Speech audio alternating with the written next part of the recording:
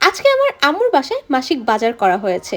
যেহেতু মাসের শুরু, তাই কাঁচা বাজার থেকে শুকনা বাজার সবকিছুরই কিন্তু প্রয়োজন রয়েছে। সেসব বাজার সদাই সবকিছু আজকে তোমাদের সাথে শেয়ার করব, আরো বলবো শীতের এই দিনে সারা দিনে আম্মুর বাসায় কি কি রান্না করা হয়েছে। এন্ড হ্যালো, আসসালামু আলাইকুম everyone, this is Lamis and welcome to Lamis and Sabuj. শীতের শুরুর দিকে আমার মনে হয় ঢাকাবাসীদের একটাই অভিযোগ ছিল যে কেন ঢাকাতে তেমন ভাবে শীত পড়ে না। তবে এখন যা অবস্থা হয়েছে, ঢাকায় এমন শীত পড়েছে, একে তো বিছানা থেকে নামতেই ইচ্ছে করে না, তার উপর ঘুম থেকে উঠে সকাল সকাল ঠান্ডা পানি দিয়ে হাত মুখ ধোয়া কি যে কষ্টের একটা ব্যাপার লাগে। আর আমার এই ব্লগটা তোমরা কে কোন জেলা থেকে দেখছো আর তোমাদের ওখানে শীতের কি অবস্থা সেটা কিন্তু অবশ্যই কমেন্ট করে জানিও। মজার বিষয় হচ্ছে শীত হোক বা গরম, ঘুম থেকে ওঠার পর এক কাপ গরম গরম দুধ চা কিন্তু আমার চাই।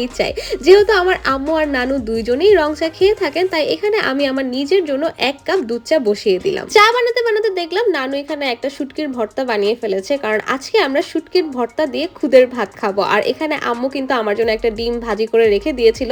ডিম ভাজা ছাড়াই খুদের ভাতের সাথে এরকম শুটকির ভর্তা দিয়ে খেতে এত যে মজা লাগে, যারা যারা এরকম করে খুদের ভাত আর বিভিন্ন রকমের ভর্তা দিয়ে ট্রাই করেছো তারাই একমাত্র এই মজাটা বুঝবে। এই যেমন আমার বোন রুষামণি, ও তো সকালে উঠে এসব খুদের ভাত খায়ও না, তাই এসব খাবারের মজাও বুঝে না, তাই আম্মু ওর জন্য আলাদা করে পরোটা ডিম ভাজি করে দিয়েছিল।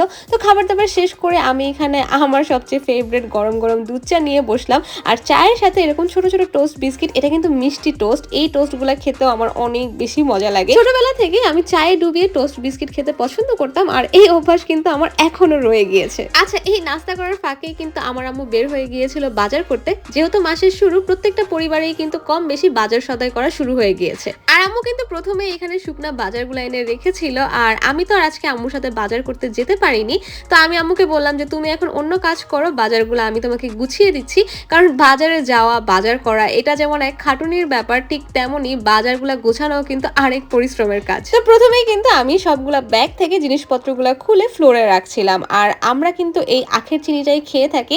আম্মু কেন জানি একদম ধবধবে সাদা যে চিনিটা রয়েছে সেটা খেতে চায় না, তাই এটাই সবসময় কিনে আনে। তারপর আমি ব্যাগ থেকে এক এক করে আটা, দুধ, চিনি, চা পাতা, পোলাওর চাল বের করতে শুরু করলাম। আমার মনে হয় মাসিক বাজার করার সময় সব পরিবারের শুকনা বাজারগুলো প্রায় এরকমই হয়ে থাকে। আরেকটা বিষয় আমি সবসময় ফিল করি যে শুকনা বাজার করার ক্ষেত্রে মহিলা মানুষেরাই কিন্তু বেস্ট, কারণ একজন গৃহিণী বা মহিলা মানুষই কিন্তু জানে যে রান্নাঘরে কোন জিনিসটা শেষ হয়ে গিয়েছে, কোন জিনিসটা এই মুহূর্তেই লাগবে, কোন খাবারটা কয়েকদিন পরে আনলেও চলবে, বাসায় কে কোনটা খেতে বেশি পছন্দ করে, এই সমস্ত কিছু কিন্তু কোনো রকম লিস্ট করা ছাড়াই মেয়েদের মাথায় সব থেকে বেশি ভালো করে সেট হয়ে থাকে। তাই আমার পার্সোনালি ফিল হয় পুরুষ মানুষদের থেকে মহিলা মানুষেরা কিন্তু শুকনা বাজারটা একটু ভালো করে থাকে। তবে একই সাথে আমি আরেকটা কথাও বলে রাখি, কাঁচা বাজার করার ক্ষেত্রে কিন্তু আমার পুরুষ মানুষের বাজারই বেশি পছন্দ, কারণ সেখানে গিয়ে দরদাম করা বা বুঝে শুনে তাজা মাছ মাংস কেনা, সেটার ক্ষেত্রে কিন্তু পুরুষ মানুষরাই ভালো করে থাকে। তোমাদের সাথে কথা বলতে বলতে চালের বস্তা থেকে শুরু করে সবগুলো শুকনা বাজারই কিন্তু আমি ব্যাগ থেকে বের করে ফ্লোরে রেখে দিয়েছি।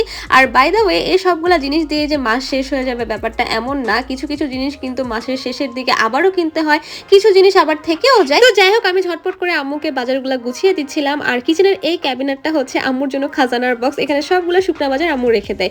আর আগের দিন রাতেই কিন্তু আম্মু সম্পূর্ণ কাঁচা বাজার করে ফেলেছিল, সেই সবগুলা ক্লিপ আসলে আমার নেওয়া হয়নি। কিছু কিছু মাছ মাংস আমি তোমাদের সাথে শেয়ার করি। অলরেডি মুরগিগুলা কিন্তু ফ্রিজে স্টোর করে রাখা হয়েছিল। এত কিছু কেনাকাটা করা হয়েছে, আর রুষামণির জন্য কিছু কেনা হবে না সেটা তো হয় না, তো রুষার জন্য এক বস্তা চিপস নিয়ে আসা হয়েছে। আর এবার চলো তোমাদের সাথে দুপুরের লাঞ্চটা শেয়ার করি। যেহেতু আমি আর রুষা চিংড়ি মাছ পছন্দ করি, তাই সেদিন চিংড়ি ভুনা করা হয়েছিল। আর এখন যেহেতু শীতকাল, চারদিকে এত এত ফ্রেশ শাকসবজি, ফুলকপি, ব্রোকলি, শিম, গাজর, মানে কত কত সবজি, আম্মু কিন্তু সবগুলা সবজি দিয়ে সুন্দর করে এই খাবারটা রান্না করেছিল। আর দেখতেই পাচ্ছ বাটিটা এত বেশি কালারফুল আর সুন্দর লাগছিল। তো লাঞ্চের সময় যেহেতু হয়ে গিয়েছিল, আমি বাটিগুলাতে সুন্দর করে গরম গরম খাবারগুলো সার্ভ করে দিয়েছিলাম। আর জাস্ট দেখো, চিংড়ি মাছগুলা এত সুন্দর লাগছিল। আর আজকে লাঞ্চের মেনুতে কিন্তু সবগুলা খাবারই আমার অনেক বেশি পছন্দের।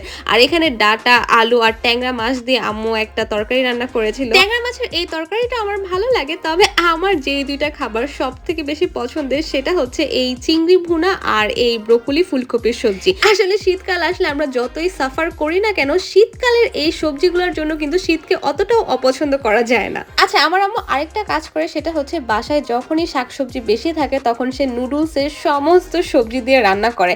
আর আম্মুর হাতের এই নুডলসটা আসলে অনেক মজা হয়। তো তোমরা দেখতেই পাচ্ছ, সেই দুপুরের সবজির মতোই নুডলসেও কিন্তু আম্মু এবং ফুলকপি, ব্রোকলি, আলু সবকিছুই দিয়েছে।